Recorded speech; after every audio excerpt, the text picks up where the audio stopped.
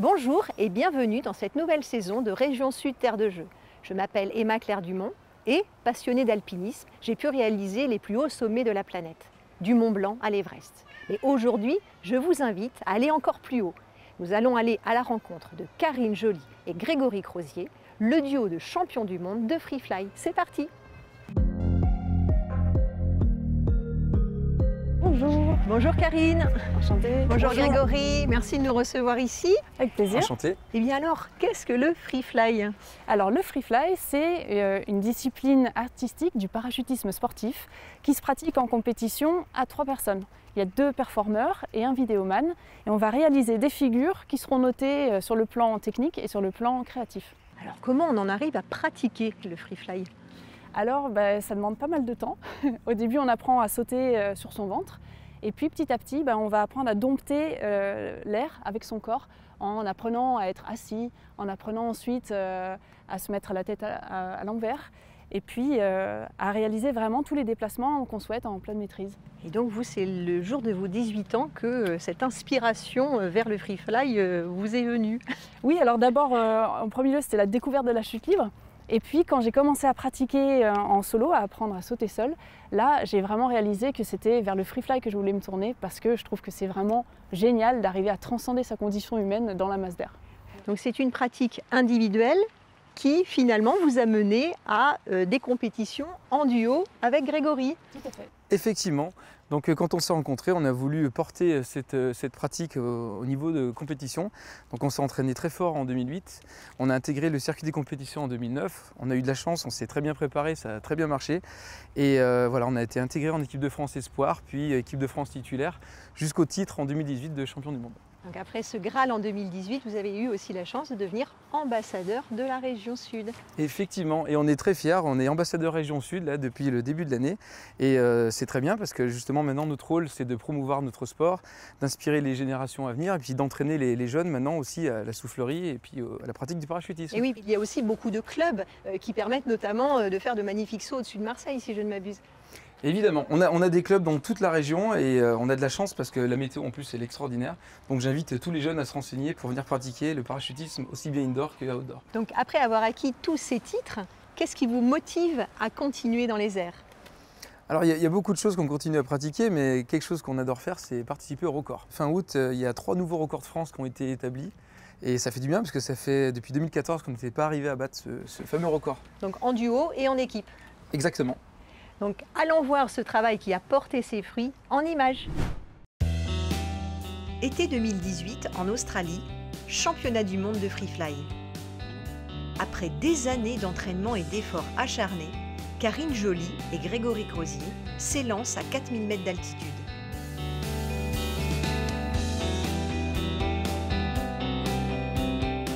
Une chute libre d'1 minute dans laquelle ils vont enchaîner des figures plus complexes les unes que les autres. Une danse aérienne à 250 km/h.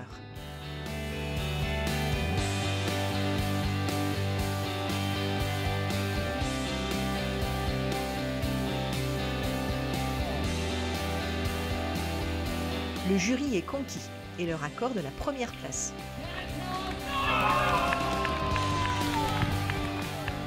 Quand on domine ainsi sa discipline, sans jeu de mots, il est difficile d'aller plus haut.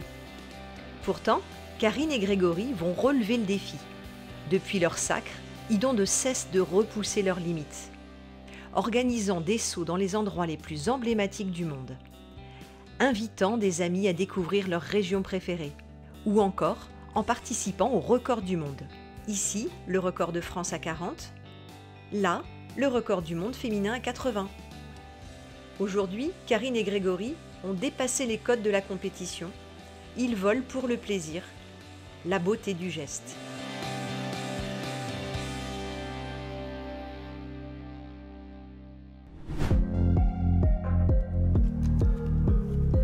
Alors Grégory, on entre là dans l'un de vos centres d'entraînement. Exactement, donc on y passe beaucoup de temps, surtout quand on est en compétition.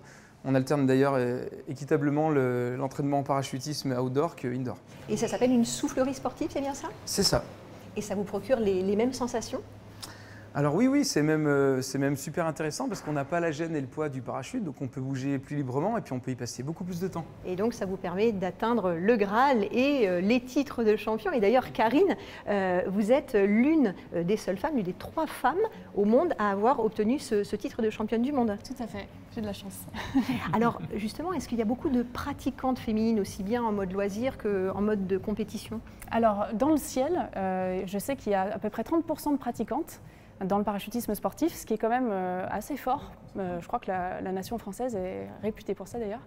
Et en soufflerie, je pense qu'on est quand même beaucoup plus élevé puisque je pense qu'on arrive vers l'équité.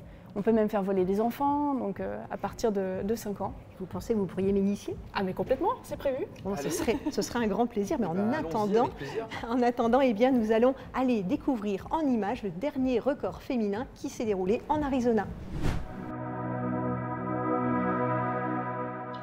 30 novembre 2022, Arizona. 80 championnes de parachutisme se sont réunies pour tenter de battre le record féminin de chute libre. La date est importante, car c'est le 100e anniversaire de l'article 19 de la Constitution américaine qui accorda le droit de vote aux femmes. Il y a seulement 100 ans, les femmes n'étaient pas considérées comme des citoyennes à part entière. Elles n'avaient pas le droit de vote, ni le droit d'ouvrir un compte en banque.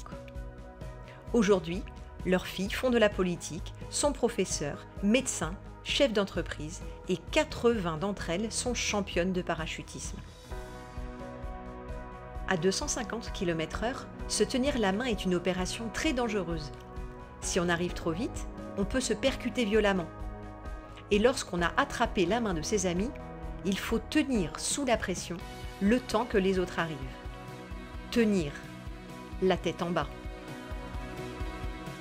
Aux USA, on a l'habitude d'utiliser l'expression « Sky is the limit ».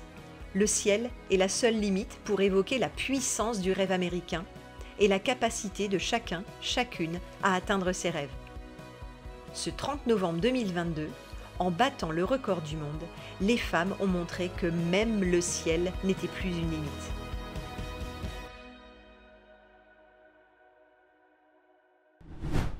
À mon tour d'essayer la chute libre. La soufflerie est l'équivalent d'un moteur d'avion de ligne long courrier. Impossible d'enregistrer le son en direct. Mais même en voix off, je peux témoigner qu'essayer de se déplacer dans cette dimension est beaucoup plus difficile qu'on ne l'imagine. Avec des lunettes de réalité virtuelle, on peut aussi voler au-dessus de Marseille, avec les champions du monde. Et je peux vous dire que la vue est magnifique.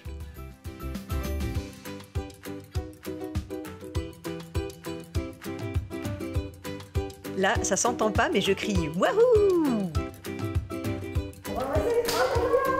C'était génial, vraiment. Au niveau du championnat du monde, hein, mais en tout cas, on va le dire, c'était vraiment fabuleux. Et on a le plaisir maintenant de retrouver Grégory et Karine pour une démonstration. Allez, on y va. C'est parti. Tous ceux qui ont testé la chute libre indoor peuvent vous le dire. Se maintenir en équilibre à l'horizontale est déjà très difficile. Alors, on mesure beaucoup mieux le talent et le travail de Karine et Grégory, et dans cette soufflerie d'à peine quelques mètres de large, où le moindre faux mouvement peut vous cogner brusquement contre la paroi, la chorégraphie de nos champions du monde est encore plus impressionnante.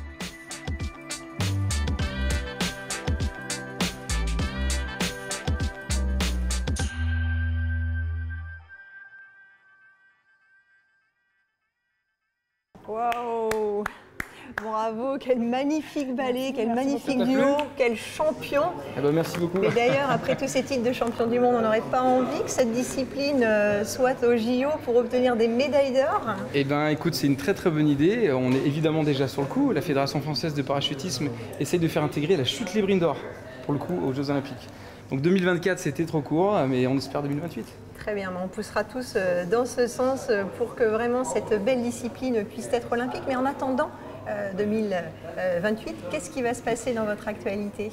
Alors très bientôt, on a le privilège immense de pouvoir sauter sur les pyramides d'Égypte, rien que ça. Tous les ans, on y retourne en novembre prochain et d'ailleurs, je suis heureuse de partager ces images avec vous. C'est fabuleux, on a vraiment hâte de voir ça et d'ailleurs nous allons terminer cette belle émission avec les images de l'année dernière en Égypte. À très bientôt.